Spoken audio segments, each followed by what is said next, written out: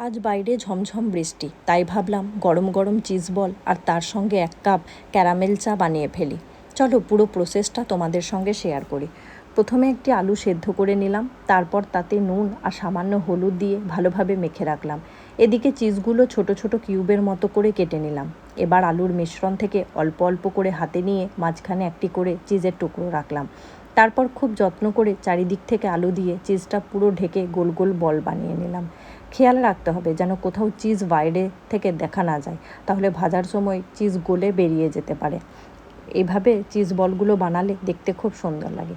এবার একটা বাটিতে বেসন নিয়ে তাতে জল, নুন, সামান্য হলুদ দিয়ে একটি স্মুথ ব্যাটার তৈরি করলাম। ব্যাটারটা যেন খুব পাতলা বা খুব ঘন না হয়, মাঝামাঝি রাখলেই সবচেয়ে ভালো হয়। অন্যদিকে একটি প্লেটে ব্রেড ক্রাম্বস নিয়ে রাখলাম।